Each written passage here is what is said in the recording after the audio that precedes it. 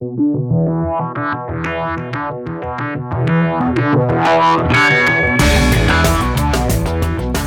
listening to the Ticker Podcast from IR Magazine, a roundup of this week's leading stories and industry comment from the world of investor relations. Hi, everybody. The attention span of internet surfers isn't what it once was. A couple of decades ago, investors browsing the internet had an attention span of about 12 seconds. Now, well, today that's dropped to an astounding 8 seconds.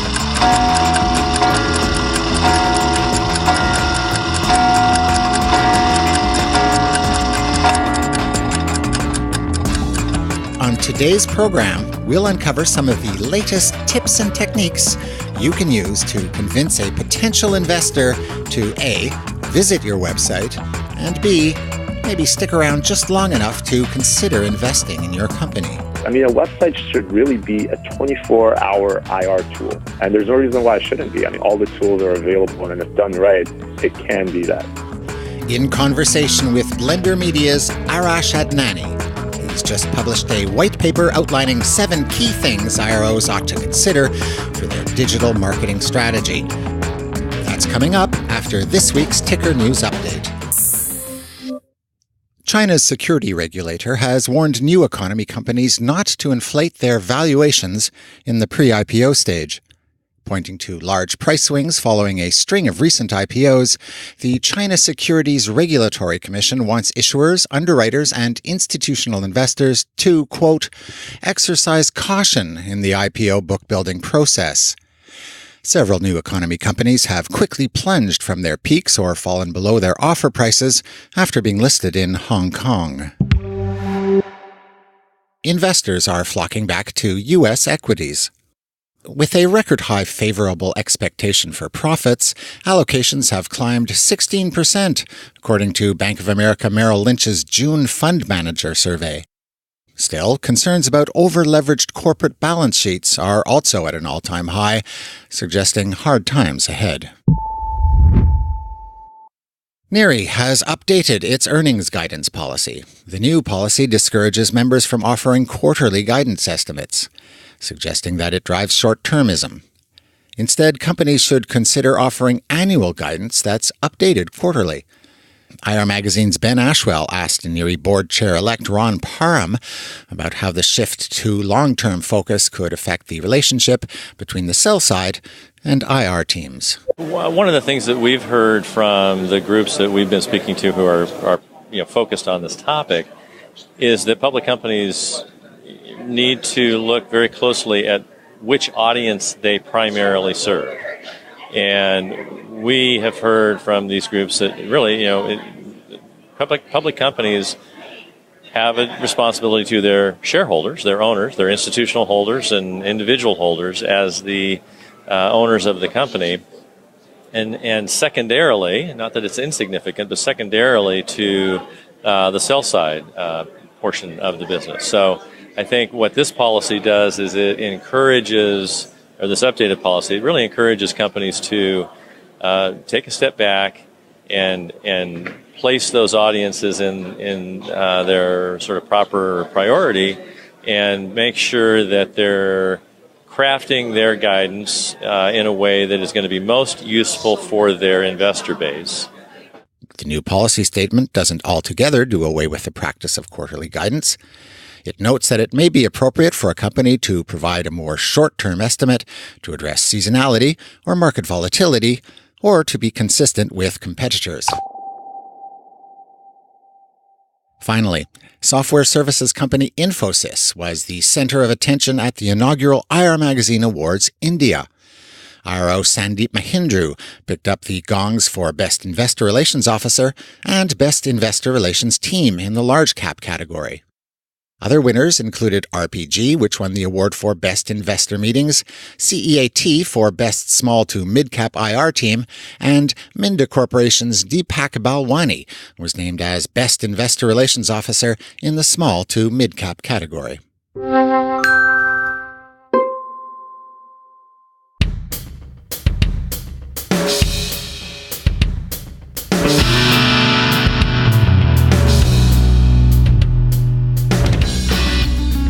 Despite being one of the most, if not the most, important channel for investor communication, many IR websites are pretty stale.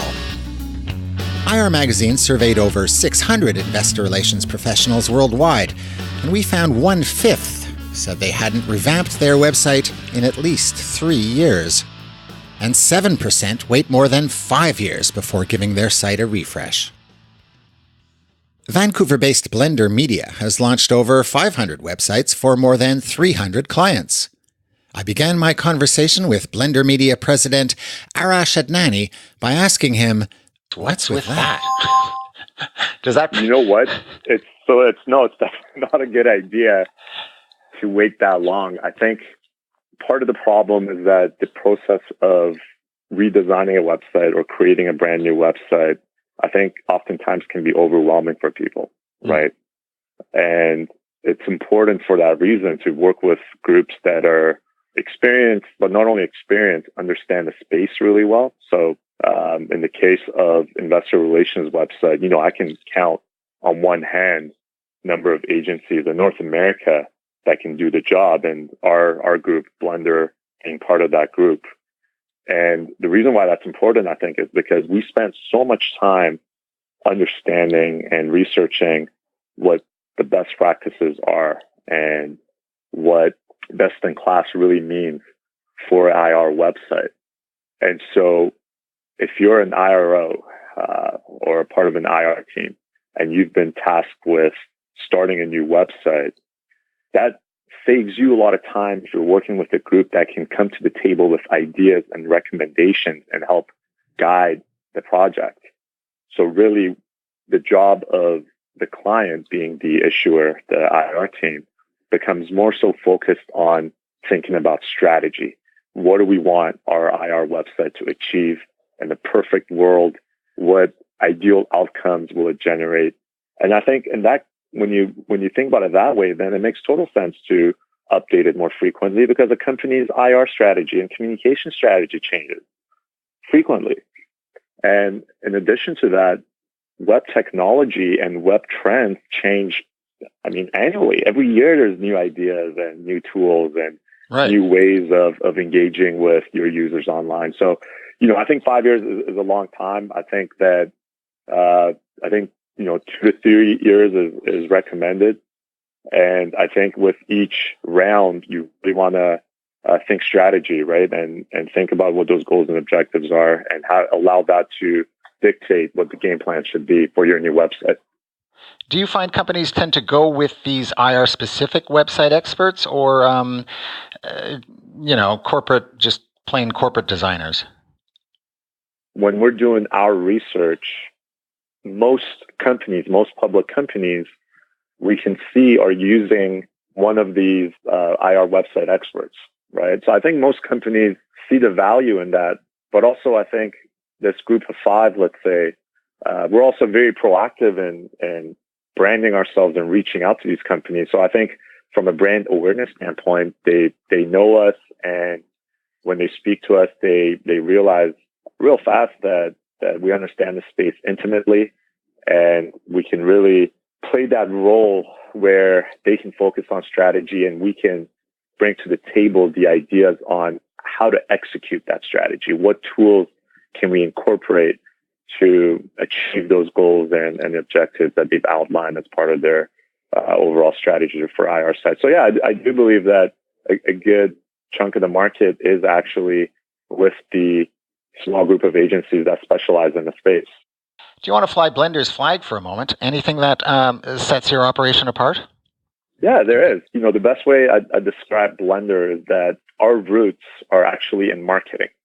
And so that's why we always look at IR through the lens of communication and marketing. And the reason why that's important is because, marketing is trying to convey an idea, a message, right? And that's exactly what IR is doing on a daily basis. You're trying to convey the story of your company, the most recent quarterly results. You're trying to convey and explain financials. And so why not use recipes that are known to marketers that work and help convey messages and stories in a fashion that's easy to understand, easy to digest, and in a fashion that allows you to engage your audience. Our roots and background is in that. It is in marketing. Now, as a company, we're really a hybrid of a digital agency and a technology provider. So our thinking was that we wanted Blender to be a one-stop shop. So if a company talks to us and they want to talk about a new website, we can provide the strategy, collaborate on the strategy, the design, the back-end development, and the ongoing hosting and support with content updates and with just management of the website. And we do that by having developed our own content management system, the Blender CMS, that gives the website a user backend that the client can use to update and we use to update the website. And the goal of it was to make it user friendly. And if you can use Gmail and you can use, any sort of interface for simple tools, online tools, you can use the CMS. It's extremely intuitive and easy to use. So that's kind of really how we're unique, I would say, is that we really try to provide that turnkey solution so that the client doesn't have to go and source out vision to a different group. That one-stop shop suppresses the overwhelm when an IR thinks about redesigning. Yeah, that's exactly it. And I think when you look at, for example, the white paper with the 7 points, the way we look at a website from, let's say, the beginning where you're talking about strategy until it's developed and it's live, it doesn't end there. Once a website is live, it's not like, that Kevin Costner movie, Field of Dreams. It's not like if you build it, they will come. No, once the website is live, now you got to actually put in work to help drive healthy traffic to your website, right? And so our thinking with that white paper was let's cover key points at every stage of a website's life cycle, right? So from the actual overall strategy of the content to how to create dynamic content, because the website has static content and dynamic content, right? And then how to actually capitalize on that content so you're helping drive qualified and targeted traffic to your website. I mean, a website should really be a 24-hour IR tool. It should work like that. Like, it should be truly an extension of the IR team. And there's no reason why it shouldn't be. I mean, all the tools are available, and if done right, it can be that. This podcast's challenge is the same. Astonishingly great content. How do you get people to come listen? Exactly. Well, we'll have another call and we'll talk about that. Okay. I mean, listen, we come across this a lot. So we'll have a situation where we're speaking to a client and they want to spend a lot of money on, let's say, some sort of, let's say, VR site visit of their operation, and it's great. I mean, it's an idea we actually mentioned in our white paper as a way to create a robust website, is having these more interactive experiences on there. But if I'm thinking about it and I'm thinking, okay, let's say we want to spend anywhere from $20,000 to $80,000 creating a virtual reality experience on our website that gives the users that real life experience of what it feels like to be at our, let's say, operation. If you're going to spend that much, you should probably also set aside a budget for awareness so people know that you have this on your website and people are actually coming to it and using it, right? Again, it's not a type of situation where you can create it and then just expect people to find out about it because it's well made. No, you need to go out there and get traffic, get qualified users to come back and to use these tools that you've developed for your website. Okay, let's get into your white paper. Tip number 1 is a good tip. Infographics and interactive charts will increase engagement and attention span. I love interactive charts. When Yahoo first came out with interactive stock charts years ago, it was like a video game for me. You could mess with them 9 ways till Tuesday. You know what, Jeff? You just hit the nail on the head. Part of the reason why making a chart interactive is so much better than just having a static chart or a graph is because it allows the user to engage and play with it. And by the user doing that, you're achieving 2 things. They're actually spending more time on your website, number 1. But number 2, by engaging with the content, the user is actually memorizing that content much better than just glancing it over. So the idea behind this is it's actually research and proven. If you think about, this is kind of the base strategy that brain exercise apps like Luminosity use. If you've ever used one of those apps, you'll know that you're engaging and kind of using the content in a very interactive way, which is allowing your brain to really absorb it, and it's why it's a brain exercise game. So if you're a company and you want your users to really focus on those key metrics that define your company and your company's success, why not bring those metrics and create these visually beautiful charts and graphs and make them interactive? Like, allow the user to actually work with it in a way where they can understand that data at a much deeper level. I'll give you an example, actually. We are working with a company right now. They're still private, but they're going public. They're a Bitcoin mining company. Okay. And the Bitcoin mining company, your, let's say, biggest challenge, okay, for being profitable is cost of energy. And in addition to that, the other variables as far as examining your profitability model is the difficulty of the mining equation, the number of machines that you have, etc. So we actually built a Bitcoin mining calculator for their website. And you can actually put in all the different data points in there and see how much money you can make based on the different variables. And what's really cool about it is they actually use it in investor meetings. So if an investor asks them, what if the cost of energy goes up? They can just plug that in right there in the calculator and show them what happened. So that kind of example is so much more interesting and so much more exciting than just having a slide on your deck or on your website that's a pie chart. You know what I mean? Right. You can play with it. It sort of engages, the play center of our brains, I guess. And I guess that's attached to the learning center of our brains. Exactly. And the chances of someone actually finding that interesting and then maybe sharing it with someone else at their office or another person that might be following the company or the story, it actually increases that chance of people talking about it more and sharing it. It's a big opportunity because not a lot of companies are doing it. So if more companies start to do it, you will definitely stand out from your peers. So bottom line, make it interactive. Yeah, and it's also important to keep in mind, we're not saying make your entire website interactive. No one's saying that. It's going to be some sort of split, right? You still want to have a portion of your website that is very, let's say, recognizable to users, right? It's like the same sitemap and structure. So when users come on there, they know where to find things. It's intuitive. But I think there's room if, let's say, we're doing the 90%, 10% split. So 90% can be following current strategies. The other 10%, open it up. Do some experimenting with your information, right? And I think the best way to decide what information to focus on your priority information. Like, what are the priority data that you guys use to communicate with investors with, and create something with that. It doesn't have to be your entire online presence. That wouldn't be smart. Tip 2. Outsource your SEO strategy and execution. Okay, why would you want to do that? Why not do it yourself?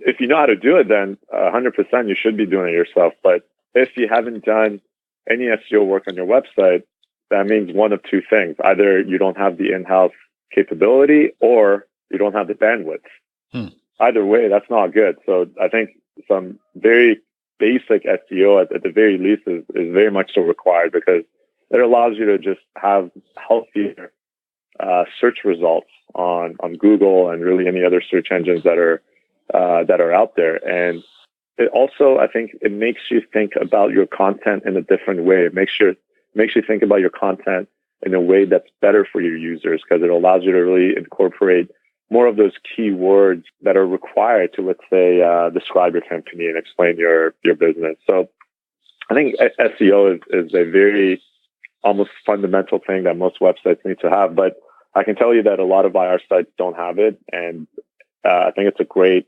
investment to add that. I think having your search increase is a positive thing. Now, you're going to have companies that are big brands, and maybe for them SEO isn't as a big deal. But if you're a smaller company or a brand or a name that's not as well known, it's all about visibility, right? And I think SEO allows you to do that, and it can help generate a lot more inbound interest and traffic to your website.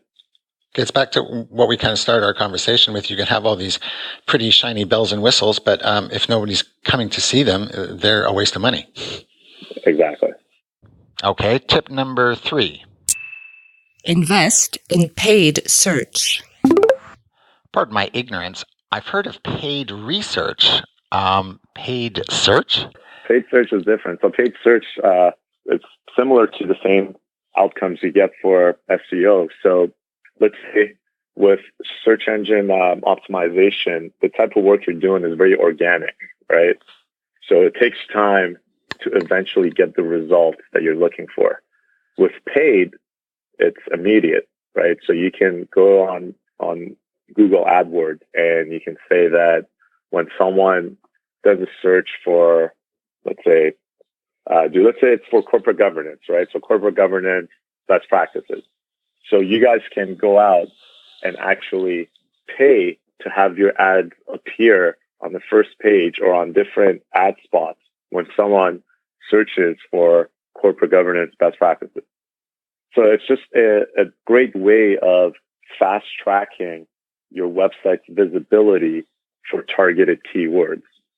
Now, depending on how popular those keywords are, then the cost of what you're paying will vary. If it's something that is, for example, earlier in the year when Bitcoin was on fire and everyone was talking about it, I'm sure if someone was doing a campaign where they were trying to target Bitcoin as a keyword, they were paying a lot of money for that. Okay. Tip 4. If your website isn't mobile optimized, now is the time. Do we even have to talk about this? I think if your website isn't mobile compatible, you shouldn't be allowed to have a website. I mean, seriously. We debated if we should even put it in, but you know what? There's still some sites out there that aren't responsive. So we put it in there, man. There's still companies out there that don't have responsive websites. That is basically anti-advertising. It's almost like being like antisocial. You know what I mean? It's like you don't want your people to see you and to talk about you and to learn about you. You talk about in the white paper, you mentioned Google has created a handy tool here to check if your website is mobile friendly. Yeah, it's pretty cool. You just we included a link there, so you just put in your website's URL. And Google will run the test for you, and it analyzes kind of the page load speed, the way the site's been structured, and it gives you a score. Huh. It's actually pretty cool because even if your website is mobile, you can still get some ideas on how to improve it. One way you say to improve it is simple designs. They work best. Yeah, the kind of the creation of websites and website design always goes through a lot of different phases, right? It went through kind of a phase where sites were getting really busy, and now sites are getting much more cleaner, and kind of that minimal look and feel is much more popular. And I think at the end of the day, design shouldn't be looked at as just a kind of a visual aesthetic thing. I think design should be looked at as a way to help support a strategy, right? And so if your strategy is to help communicate certain facts about your company, the design needs to support that. And so it needs to make the user experience much more improved, right? And again, I think you do that by not overwhelming your users with too much content. I notice more websites are doing scrolling, no links. Yeah. I like it. It keeps you oriented. I use tabs, but then I have to go back and click on a bazillion tabs. But scrolling sites suggest all is on the same page.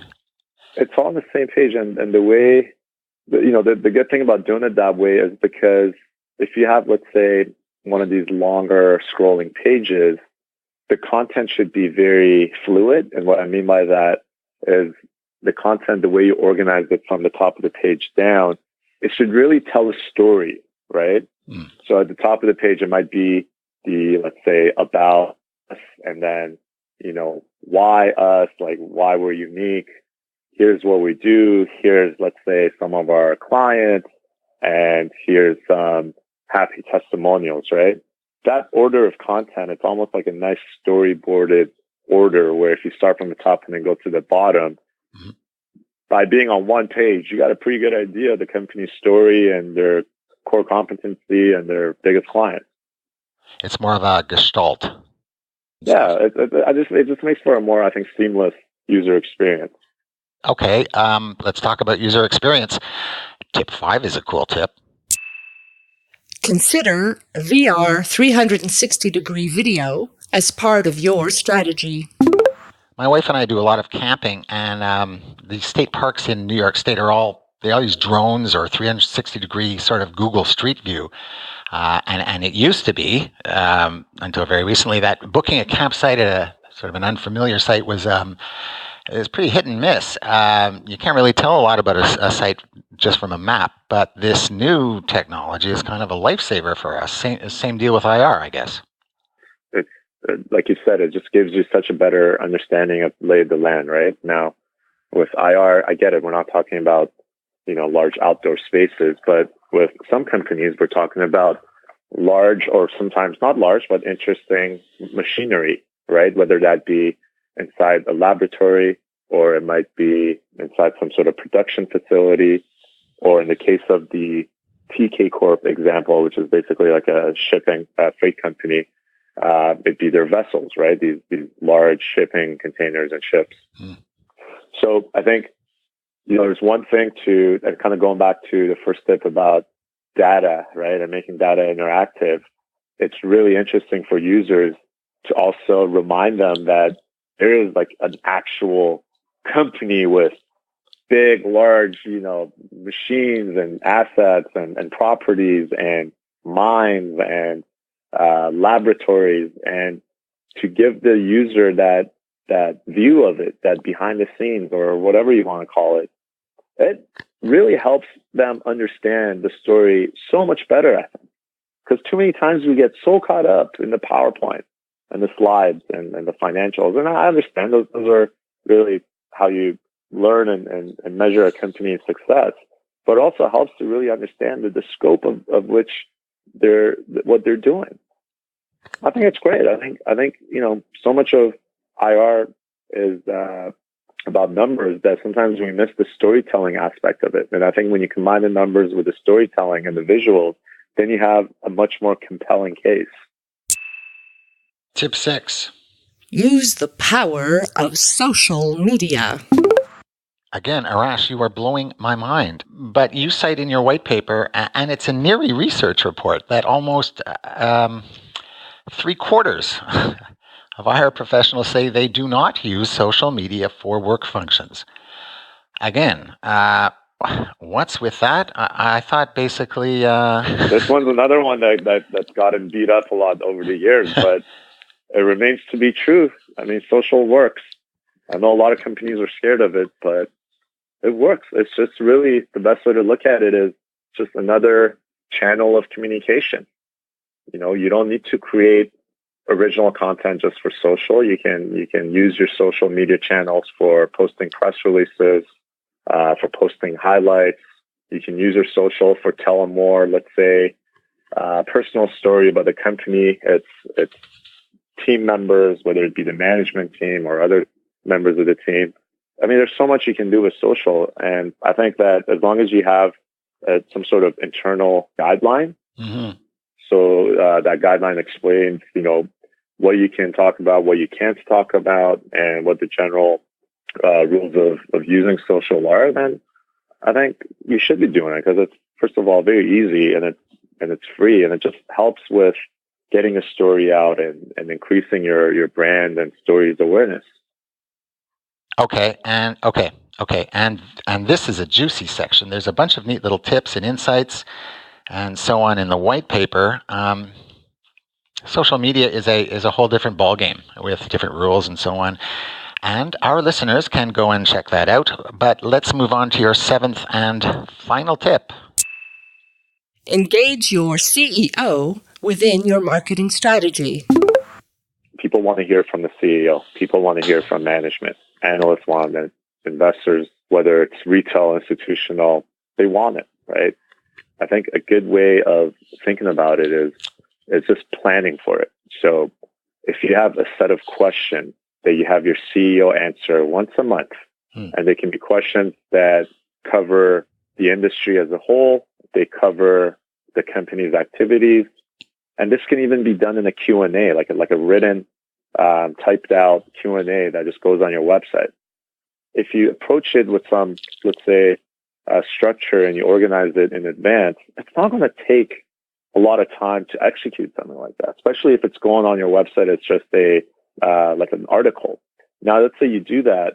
If you want to now step it up, then yeah, you can do a video now, right? You can easily, or very cost effectively, I would say, be able to shoot CEO videos where your CEO, again, is covering certain themes and topics of the market and themes and topics of the company, and kind of maintaining this narrative with your audience that's different from the very formal press releases or the very formal ways that the company makes announcements, but it's more just coming from the CEO's mouth, right? Of course, the message is going to be consistent with what the company is putting out there anyway, but it's coming from the CEO. And I think users, your audience, and your stakeholders appreciate that kind of access. And it builds bonds. You're establishing kind of a personal link. Here's the face of your company. Here's the person you're investing in. I think it'd be really interesting if from time to time it's the CEO and someone else speaking. Maybe it's the CEO and the CTO, or the CEO and the IRO. Maybe sometimes it's the IRO and the CFO. I mean, you have a team of brilliant people, right? And they're all so knowledgeable on the space and the company. Why not share more of that knowledge? I think, to me, and Jeff, I kid you not, out of all the 7 examples, to me, that's the most important one. It's by far the most important one. And guess what? It's actually the easiest one as well, because the content exists. It's in their brain, right? You just have to figure out, how do I get that out and get it out in a way where it's kind of like almost like a scheduled thing, like your podcast, or just like a podcast. Yeah, just like content, like a content schedule, right? And like you can plan the whole year in advance, or maybe that's too far along. Maybe you do 6 months. Okay, month 1 will be the IRO and the CEO. Month 2 will be the CEO, CFO. Month 3 will be the CFO, CTO, and maybe the last months 4 or 5 will be everyone, like a round table. What do you think of actually doing a podcast? Not just putting it on the site, but literally putting it on iTunes and Google and Flipboard and whatever, just putting it out there. Do you worry about sending people away from your site, or No, because you can also have it embedded on your website. I don't think that's a problem. And in fact, even if you don't host it on your website, it's just on iTunes or SoundCloud or wherever you put it. It's okay. It's okay for that content to exist outside of your website, because if the content's good, and it will be good if it's done right, it's going to bring people back to your website, or it's going to have the same effect that your website would have if someone was on your website. It's just building positive brand equity. Arash Adnani, thanks for joining us on The Ticker. Thank you. You can download Blender Media's white paper, Digital Marketing for IR, 7 Tips for 2018 at irmagazine.com. That's all for your Ticker podcast this week. Subscribe on iTunes. And if you've got comments, email us a voice memo. And don't forget, this coming Thursday, June 28th, London, England, the annual IR Magazine Awards Europe. Book your seats today and join the continent's shiniest IR glitterati as we fet the profession's finest. And as per usual, the awards ceremony will once again follow on the Euro Think Tank. That's a networking and knowledge event exclusively for senior corporate IR pros. You'll You'll find everything you need to know about both occasions on IR Magazine's website. Thanks for listening. In Montreal, I'm Jeff Cossette. You've been listening to the Ticker Podcast from IR Magazine. For free access to all the latest global investor relations news and analysis, register at irmagazine.com or download the app.